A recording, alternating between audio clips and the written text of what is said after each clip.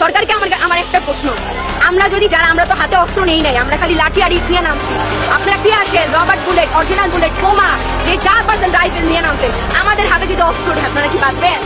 একটা 4 কোটি রাজাকারের হাতে যদি অস্ত্র ওঠে আপনারা কি থাকতে পারবেন? আপনারা মাঠে আসতে পারবেন? এটাই আপনার কাছে প্রশ্ন। আমরা অস্ত্র ধরি না, যেই হাতে কলম ধরি সে হাতে অস্ত্র ধরতে আমরা দুইবার চিন্তা করি। যে কোনো একটা গোষ্ঠী ছাড়া সমগ্র জাতির একটা, আপনি জিজ্ঞেস করেন ইন্ডিভিজুয়ালি, যদি সম্ভব হয় জিজ্ঞেস করেন, কেউ চায় না এই গভর্নমেন্ট কেয়ার, কেউ চায় না।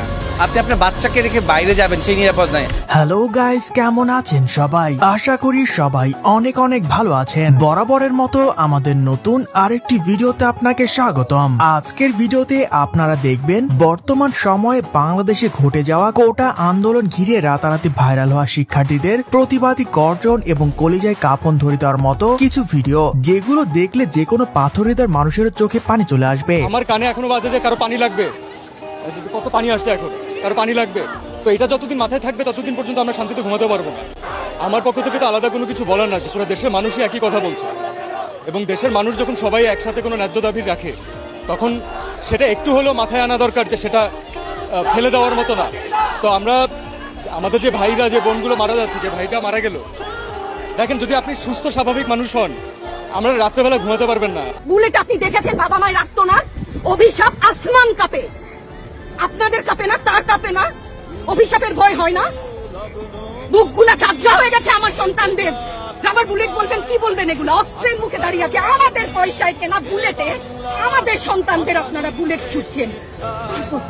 সুতরাং গাইস, আমাদের সাথে আপনিও বাংলাদেশে আমার শিক্ষার্থী ভাই বোনদের ওপর হয়ে যাওয়া মর্মান্তিক দৃশ্য এবং সাহসী সব গর্জনগুলো নিজ চোখে দেখতে চাইলে আজকের ভিডিওটি সম্পূর্ণ দেখার অনুরোধ রইল, কেননা এই সকল ভিডিও আপনাকে লড়াই করার সাহস কয়েক গুণ বাড়িয়ে দেবে। তো চলুন একটি লাইক দিয়ে পুরো ভিডিও একসাথে দেখে আসা যাক।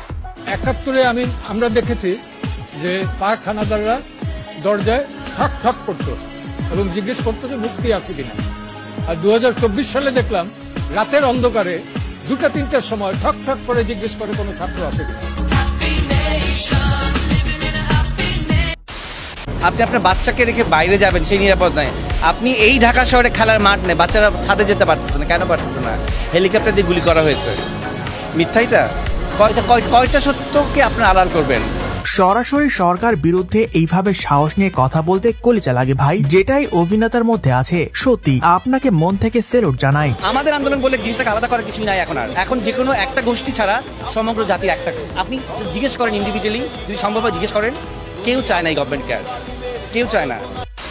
ওই একটা মারবেন 10টা আসবো, 10টা মারবেন লক্ষ আসবো, সারা দেশের মানুষ, মা বাপ সব একসাথে ওদের সন্তানকে মানুষ করেছিল, আমাদের কাছে শিক্ষকদের কাছে পাঠিয়েছিল। কি জবাব দিব? আমার তো কোনো মুখ নাই, আমি শিক্ষক, আমার ভাষা নাই, তাদের কাছে হাত জোড় করে মাপ চাই, নিরাপত্তা দিতে পারি না। ছোটবেলায় বইতে পড়েছিলাম একজন শিক্ষিকা হলেন মায়ের সমতুল্য, আর ছাত্রদের পাশে ওনার এই প্রতিবাদী গর্জন দেখে সত্যি মনটা ভরে গেল। ঘুমাতে পারি না, তাই এসছি যে আজকে যদি কিছু বলে যাই এক পলক ঘুমাতে পারি। যেই বাবা মার বুকটা খালি হয়ে গেছে তাদের ঘরে কি চলে? মনে হয় রাস্তায় শহীদ হয়ে গেলে যদি এই লজ্জা আমার কিছুটা থাকে। এই অবস্থার সুস্থ থাকা অবস্থা কি? অবস্থা একটাই, বেরোইতে হবে, বাস। আর কোনো কথা আছে? আমি যদি সুস্থ থাকতাম কিন্তু বাসায় থাকতাম, তাহলে আসলে কি লাভ হইতো? আছে না, আমি যদি সুস্থ থাকতাম বাসায় থাকতাম, তার থেকে অসুস্থতা ভালো। এই সরকারই না থাকুক, এই সরকার কি মানবে? আসলেই ছাত্র সমাজকে কোনো কিছু দিয়ে দাবিয়ে রাখা যায় না। শেষ মুহূর্ত পর্যন্ত তারা নিজের সর্বোচ্চ দিয়ে লড়াই করে যায়, কারণ ছাত্ররা হেরে গেলে হেরে যাবে একটা দেশ, একটা জাতি। নিঃসন্দেহে তুই ঠিক কথা বলেছিস।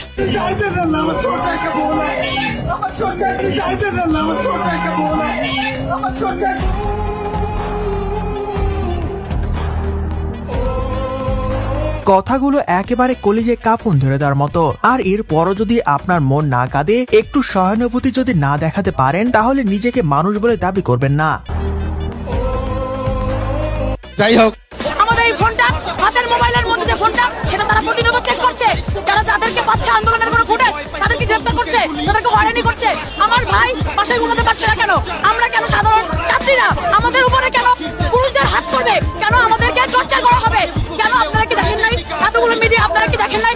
আপনারা কি সবাই অন্ধ? জাস্ট কথাগুলো একবার শুনেন ভাই, কতটা সাহস থাকলে একজন মেয়ে হয়ে সরকারের বিরুদ্ধে এইভাবে কথা বলতে পারে। আসলে এমন নারী বাংলার ঘরে ঘরে দরকার। বাংলাদেশের মানুষ, আমি একজন বাংলাদেশী, আমি একজন বাঙালি, এর চেয়ে বড় ট্যাগ আসলে আমার জন্য কিছু হতে পারে। যারা নিহত হয়েছে তাদের জন্য হচ্ছে কি আমার একটা বড় করে স্যালুট। যুগে যুগে এরকম শহীদ জন্মায়, এখন এরকম শহীদ মুগ্ধ, শহীদ সাই এটা তৈরি হয়ে গেছে এবং ওরা আসলে আমাদেরকে নতুন দিনের পথ দেখাচ্ছে, যার কারণে আমরা আজকে রাস্তা। আসলে একজন পরিচালক তো এমনই হওয়া দরকার। সিনেমায় যেমন তারা প্রতিবাদী হতে শেখায়, তেমনি বাস্তবে যদি সবাই ওনার মতো হতো তাহলে সবাই আরো অনেক সাহস পেত। যাই হোক, একবার যদি সব স্টুডেন্ট নাইমা যায়, এসব ছাত্রলীগ, যুবলীগ, ছাত্রদল আর পুলিশ কেউ থাকবে না, টিকবে না। আপনারা কোনো নিউজ তো ছড়ান না, একমাত্র যমুনা টিভি ছাড়া। আপনারা এখানে যত সব বাতাবি লেবু ছাড়েন, বাতাবি লেবু, বুঝছেন? একটাও ছাড়েন না আপনারা। একবার মিথ্যা কথা বলবেন না। কয়টা পেয়েছেন? দেখান আপনাদের বিচারণ দেখান। বাংলাদেশের কোটি কোটি মনের কথা বলেছেন আপুটি। সত্যি প্রতিটা কলম ধরার মানুষের হাতে যদি একবার অস্ত্র উঠে যায় তাহলে রণক্ষেত্র শুরু হয়ে যাবে। আমাদের হাতে যদি অস্ত্র ওঠে আপনারা কি বাঁচবেন? একটা 4 কোটি রাজাকারের হাতে যদি অস্ত্র ওঠে আপনারা কি থাকতে পারবেন? আপনারা মাঠে আসতে পারবেন? বাবা এখন কোথায় জানো? হ্যাঁ, কোথায়? মারা গেছে। বাবার সাথে কবে কথা হয়েছে তোমার? আমার হ্যাঁ, আমার হয়েছে বাবার সাথে ওই কালকে। আর বাবাকে আমি লাভ ইউ বলছি। ভিডিওটি দেখে বলার ভাষা হারিয়ে ফেলেছি ভাই। কথাগুলো শুনে মনের অজান্তে চোখে পানি চলে আসলো। আসলে এমন দেশ তো আমরা চাইনি। বাবাকে মোবাইলে তুমি কি বলো বলো তো? বাবাকে আই মিস ইউ বলি, আর বললাম আই লাভ ইউ। আর বাবাকে আসতে বলি। আপনি বাসায় বসে ফেসবুকে লিখতেছেন, এটারে ছোট মনে করেন না, কারণ কাজী নজরুল ইসলামের কলমের লেখাটাও কিন্তু ব্রিটিশদের মনে আগুন জ্বালিয়ে দিছিল। তারপর ইন্টারনেট চলে আসলো, আর ইন্টারনেট আসার খুশিতে আমরা ভুলেই গেলাম যে কেন এতদিন ইন্টারনেট বন্ধ ছিল। এভাবেই শুরু থেকে ওমর ভাই কোটা আন্দোলনের শিক্ষার্থীদের পাশে দাঁড়িয়েছেন, যার জন্য উনার প্রতি সম্মান আরো বেড়ে গেল। আপনাকে মনে থাকবে আজীবন।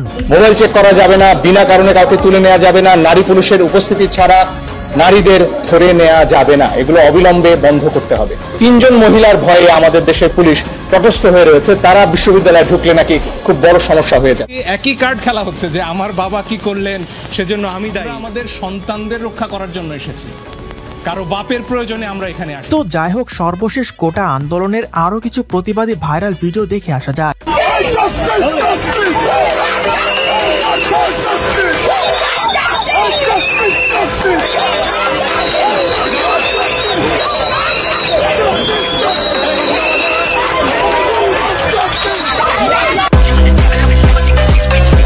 এরকম আইনজীবী তো আমাদের দেশে দরকার, যিনি অন্যায়ের সামনে কখনোই আপোষ করবেন না, নিজের সর্বোচ্চ দিয়ে লড়াই করে যাবেন। নিঃসন্দেহে তুই ঠিক কথা বলেছিস। আপনাদের নির্লজ্জ লাগাও, আপনারা নির্লজ্জ। আপনাদেরকে আসলে কোন কথা বললে আপনাদের লজ্জা হবে আমি জানি না। পুরো জাতি আপনাদেরকে এত কথা বলতেছে, ফেসবুক বন্ধ করেছেন, ইন্টারনেট বন্ধ করেছেন, কতদিন বন্ধ থাকবেন? বহির্বিশ্বের চাপের জন্য এখন ফেসবুক অন করতে বাধ্য হয়েছেন, এটাও আমরা জানি। তারপর